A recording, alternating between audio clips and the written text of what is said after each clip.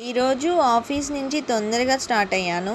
ఎందుకో తెలుసా? టెంపుల్‌కి వెళ్దామని స్టార్ట్ అయ్యాను. ఎప్పుడైతే తొందరగా వెళ్దాం అనుకుంటామో ఈ బెంగుళూరులో ట్రాఫిక్ అనేది ఎప్పుడూ ఉంటుంది. త్వరగా వచ్చేసి స్నానం చేసి రెడీ అయిపోయాను. ఎప్పుడైనా ఈ బెంగుళూరులో ఆ పక్క నుంచి ఈ పక్కకి వెళ్ళడానికి ఈ స్కై వాక్ అయితే ఎక్కి దిగుతూనే ఉండాలి.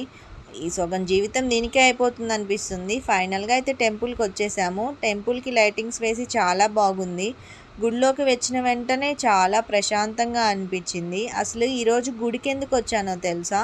మా రూమ్మేట్‌కి నిద్రపోతుంటే దెయ్యం కల వచ్చిందని ఏడుస్తూ ఉన్నది. తనను చూసి నాకు చాలా భయం వేసి ఏమైంది అని లేపి అడిగితే, ఇలా నాకు కల వచ్చింది, అక్కడ బార్బీ బొమ్మ పనుకో ఉంది అని ఏందో స్టోరీ అంతా చెప్తా ఉంది. సర్లే నాకేం చెప్పొద్దు, ఇంకా వెళ్ళి ఈరోజు ఆంజనేయ స్వామి టెంపుల్కి వెళ్ళి కుంకుమ తెచ్చుకుందాంలే, ఇంక నుంచి ఏం కలలు రావు అని చెప్పి ఆ టెంపుల్కి వచ్చాము. ఈరోజు ఆంజనేయ స్వామి విగ్రహం చూడ్డానికి చాలా బాగుంటుంది. అచ్చం రియల్ లాగా అనిపిస్తుంది. నాకైతే బాగా నచ్చుతుంది. అసలు పక్కనే రాముడి విగ్రహం కూడా ఉంటుంది.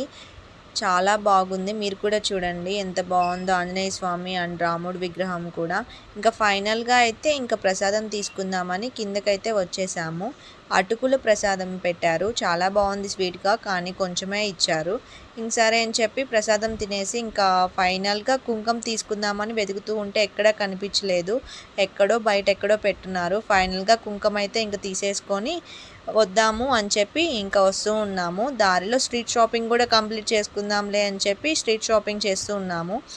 కొన్ని క్లిప్స్ కావాల్సి ఉంటే అవి తీసుకున్నాము. ఫైనల్గా క్రంచెస్ అయితే చాలా బాగున్నాయి, చాలా వెరైటీస్గా. ఒక బ్యాండ్ వచ్చేసి 50 రూపీస్ అంట. మీరు కూడా చూడండి ఎంత బాగున్నాయో. ఈ వీడియో నచ్చితే లైక్ చేయడం మర్చిపోకండి, అలాగే సబ్స్క్రైబ్ కూడా చేయండి. మీరేమైనా సజెషన్స్ ఇవ్వాలనుకుంటే సజెషన్స్ కూడా ఇవ్వండి. Thank you.